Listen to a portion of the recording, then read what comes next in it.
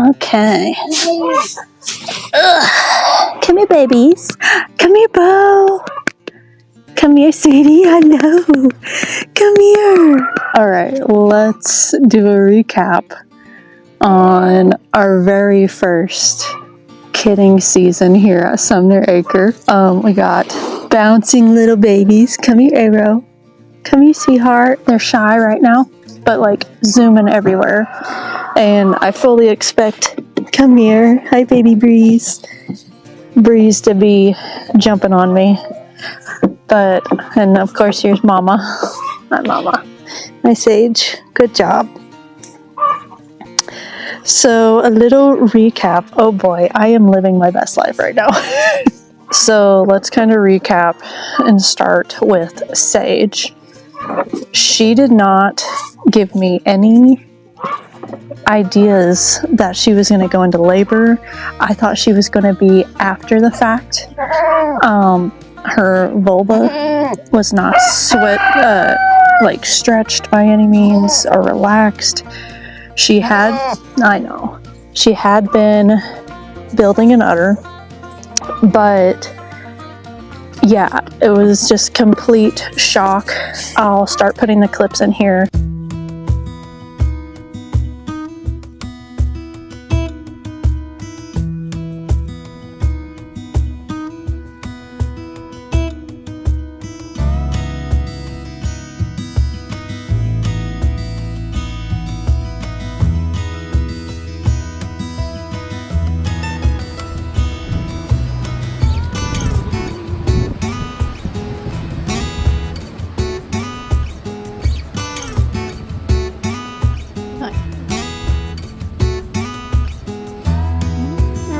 Labor, honey.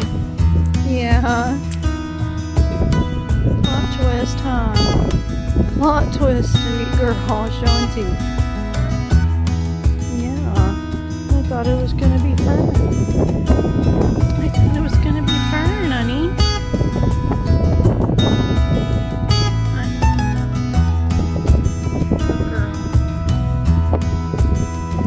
Today I have the plot twist of the century. We've been watching Fern, the black and white goat, for what seems like forever because her udder has been huge for a while. Went out to go check because she was laying down quite a bit. Nope, Sage is in labor. So this is Sage's labor birth video. I never would have thought maybe she'll put some hormones in the air and Fern will go ahead and do that today as well, or maybe tonight, and then kidding season will be done and I can get a full night's sleep. Watch out, Annie. Move. So most of y'all have seen, well, not most of y'all because the video is kind of flopping, my kidding kit video. So I have like a little tub. It has other things in there, like the colostrum and stuff like that. But these are my go bags, real fancy. So this is just a bunch of like towels. We got some bigger towels. We have smaller hand towels. So we have these ready to rock and roll. And then in here I have a bunch of puppy pads. We have large ones and smaller ones. I do think I will definitely need to put those down for where she's at. I have my other filming phone, and then in here I have some scissors. I have a syringe. I don't know what I would need the syringe for just yet. And then I have some floss to tie off the umbilical cord if I have to.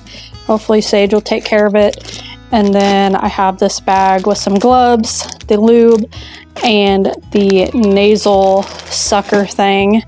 So I'm ready to go. I am kind of giving her space right now because it's not super immediate. I think like she's definitely having contractions. I can definitely tell. But she's for the most part just, I think, kind of getting her body ready. She's not like pushing to the point where, oh yeah, I see, the bubble. And normally when you see the little water sac bubble, should be out within 30 minutes. And so we are not in that time frame right yet. So I am just giving her some space, going out and checking. I will be officially off work at 1 o'clock. I was going to work overtime today, but I guess not. And basically, I'm just running out real quick, check, make sure I don't see that bubble. Once I see that bubble, I am outside and I'm not leaving her side. Everybody's locked in the pen today because it is really, really windy today. And it's a little bit of a nip in the air. It's not frigid at all. I'm just a weenie. And I haven't brushed my hair yet. But Sage is not one that likes to be locked up in like the room. She really flips out.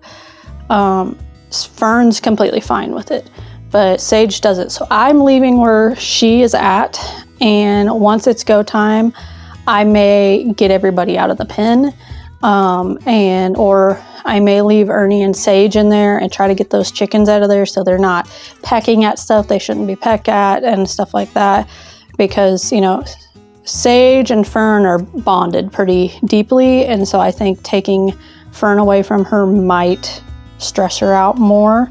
But yeah, so it's go time. It's the very first kids dropping on Sumner Acre. This is a dream come true. I've been praying for this, and I'm nervous. So I guess next time you'll see me is when we're outside. But I was starting to film the labor of baby Breeze here, but things started going south. All right, here I'm gonna be doing a voiceover because there was a lot of wind noise, but you can really see Sage pushing very, very hard, doing the little Fleming response because she's pushing really hard. And I was really kind of analyzing what was happening because, like I said before, her vulva never fully relaxed. And so I wasn't really sure what was happening because I did not see the water bubble at all. And something's going to happen here in a few, and it's going to really send me into a tizzy. And it is very emergent and concerning. I think it's right here, right there. Her water bubble burst, and it was just bright yellow. And if the audio would have been good here, you could hear me. I think I was on the phone with my husband, and I had him texting our friend because there was actually meconium, which is like baby poop, in her fluid. And that meant the baby is stressed. So at this point, I made the decision, take my coat off, roll up my sleeves, put some gloves on and some lube, and I had to actually step in to help Sage. And I really couldn't see any feet, any nose, or anything like that. So I really had to try to go in and feel what was the situation, because I had no idea. You can see Fern kind of getting a little curious what was going on. She ends up walking away. But at the point where I start feeling around, I did find some hooves, but I wasn't exactly sure what hooves I was feeling. And eventually I start to panic a little bit because it's just something I didn't expect to happen. And I turn the camera off. But long story short, I go in, I start feeling, I'm able to grab a hold of a leg. I finally fish around, find another leg, but I wasn't totally sure if it was back feet or front feet until eventually Big-Headed Breeze, which you could see why I called him Breeze, because it was a very breezy day. I saw a tongue sticking out, and then he kind of licked me. And I knew he was still alive, luckily. And so I just ended up assisting her. I switched to the opposite side where her feet are, and I kind of positioned her feet on my thighs. So when she's pushing, she can push against my thighs, and I can have more of a downward pull when I was ultimately pulling Breeze. But I was just doing it with contractions and her pushing and not trying to, hurt her. She did tear a little bit, but ultimately it ended up, going well. You could see me taking a picture of the meconium to send to my husband and tell him to send it to our friends. But it was just very scary because, you have it in your head that your first kidding season is going to go really, really well. You're not going to have any issues, but, plot twist, the goat that you didn't think was going to go into labor goes into labor and has a really strenuous and hard labor, and especially with the emergency situation with the meconium, because there is a uptick in chances for, infection on both parties, as well as since the water sac burst, he was taking in liquid, and so there's a big chance for pneumonia. And he was pretty gargly and rough sounding for a few days, had some snot, but he ended up being completely, totally fine. And ultimately Sage, of course, she's completely fine, but it was definitely alarming, and now I know more of what to do. I think I was running in to go and grab more gloves because I was out of gloves, and my husband was actually on his way home because it was kind of a scary situation, but I ended up getting Breeze out before he got home. But it was very scary, especially since I had to help a friend. I went because I heard a bunch of ruckus, and I went over to our friend's farm, and there was a goat that was having trouble with labor, and ultimately the vet was called. I had to assist the vet with getting that baby out, which ultimately did not make it because it was folded weird. And so all I could do was just start playing that back in my head over and over again. But luckily I had that knowledge of helping the vet, and I asked her to explain everything she was doing for my knowledge in case something like this does happen. And so I was able to comfortably help Sage get this baby out, get the baby breathing, and everything turned out really, really well. Good mama. I had to pull it. He's a big boy. Yeah, you're big and spry. Yeah. Good mama. Good mama.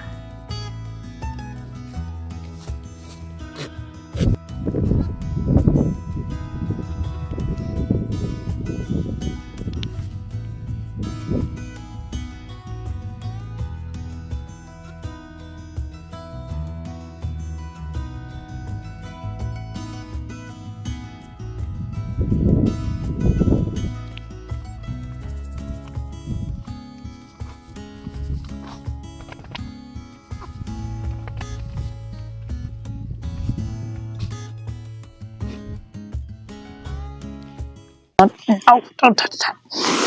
It started getting a little scary, especially since I was... Oh, hey, excuse me. If you didn't know, bucklings will be bucklings. Can you not do that, sir? Thanks. Anyways, don't start that. Get up here. Get up here. And hi, Fernie. Oh, golly. That was not nice. Hi, Arrow. Arrow's a little shy right now because he had to go to the vet yesterday, which I'll explain. But, her water bag could not get through her vulva. And, oh boy, you're definitely a little buck. And it actually burst before his feet were even coming out. And it was exploded. And very concerning because as soon as that water breaks, the air supply to the baby is cut off. They start breathing real air, and being that he was still inside, he was taking in fluid. So I had to make the split decision. I stopped the video. I called my husband, and big boy. So he was born on the 10th, and I can't remember what today is. I'll pop it up here when I'm filming this. So he's a big boy. But once we got him out, she started doing great and really loving on him a ton. And Sage was actually the one that I was most worried about being a good mom, because I don't know why, but she is the most doting mother, very protective, and she's pawing at my back, or maybe it was you. It was you. And always has her baby around her. Yeah, so she's a really good mama, and I'm very excited. So we have baby Breeze, who looks like mama, but he has more gray, and I noticed some like white patches. So I don't know what he's gonna turn into. She definitely has gray on her ears and some, gray little patches. But yeah, I don't know what you're gonna be like, buddy. And you have fabulous eyelashes. That is Sage's birth. Now, as for Fern, of the cute little twins, Arrow and Bow and Arrow. Hi, honey. Come here. Come here, baby. Come here. Ugh. This is Arrow. He was the littlest of ones. He was a little weak in his hind legs when he was born, but I'll have to get a close-up. He has an eye problem, and completely fixable. It will be completely fine. He has something called, he's an entropion goat, and so his bottom eyelid, you trying to eat my hair, rolled in on itself, and so we had to take him to the vet, and he has a staple to keep his eyelid rolled out, and we have to put ointment in his eye for the little gray area, but he will be completely fine. Baby, your mama's right here. We didn't get to see it. We got surprised. Our camera cut out, and it was for like what seems like 2 months. I've been setting alarms to wake up at midnight to check the camera, 2 a.m., 4 a.m., and then I would normally wake up at 4:50 for work, and then on the weekends just go back to sleep until my husband wakes up. And the camera cut out, and I feel like it was a God moment saying, hey, you can't control everything, and everything will be okay. And so we came outside, and I was feeding the horses by the horse barn, and my husband yelled out. He said, come here. And I automatically thought the worst. I'm just like, oh, great. She's birthing, and it's not going well. And then I was like, what's going on? And yelling while running uncoordinatedly because there was mud everywhere. Hi, baby. Hi, baby Breeze. Yeah. You know no strangers, huh? And Sage, she's feeding her babies. And basically, I yelled out to him, and he was like, there's 2 really cute ones. And so I ran faster. And so we have those little cuties back there.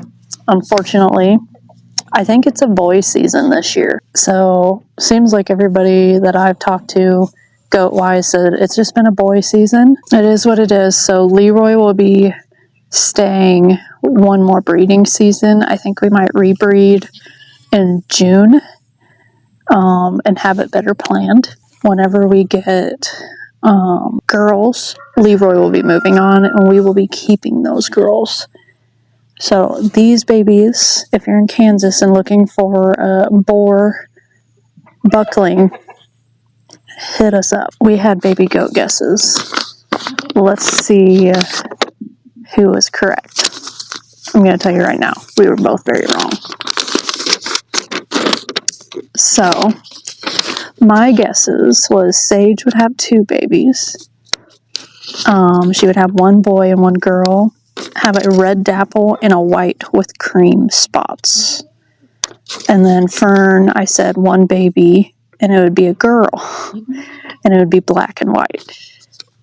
I was completely wrong. My husband Shelby said Sage will have 2 babies, 1 boy and 1 girl, a red dapple, which would be the boy, and a white girl. Very wrong. And then Fern, 2 boys, a black dapple and a white and red. So, I'll be interested to see what bow and arrow's colors come out to be, because Arrow, I see some black on him still. So I'm unsure. I think I'm going to do some close-up of these babies, show you Arrow's eye, let you meet the babies of Sumner Acre. Right. Uh-huh. Oh, they're crazy. Such crazy babies.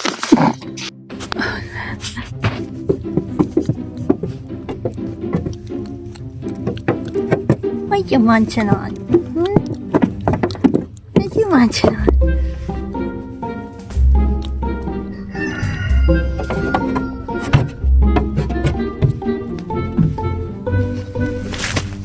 Oh, Ernie.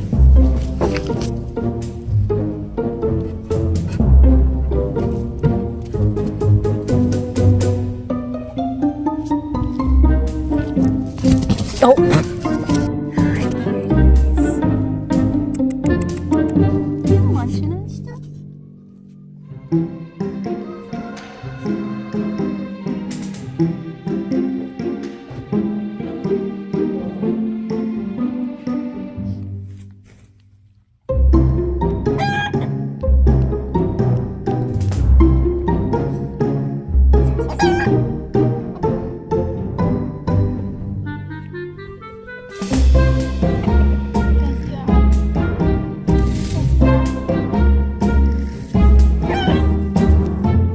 So if you're interested in seeing more of these little cuties as well as the rest of our little homestead, make sure to subscribe, like, follow us on all of our social medias. I'll have everything linked down below.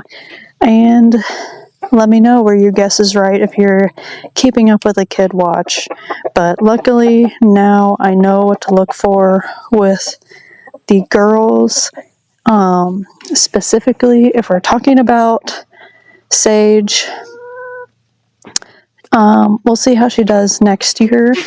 But for Fern, definitely I noticed a couple days before she decided to go into labor, she really separates herself and goes out and grazes by herself and seems to really lose her ligaments really, really early. And Sage will lose her ligaments quickly and just not give you any signs. So definitely doing planned breedings so we know at least a range of dates. I will talk to you guys in the next video, and stay tuned for more baby goats and the homestead vlogs.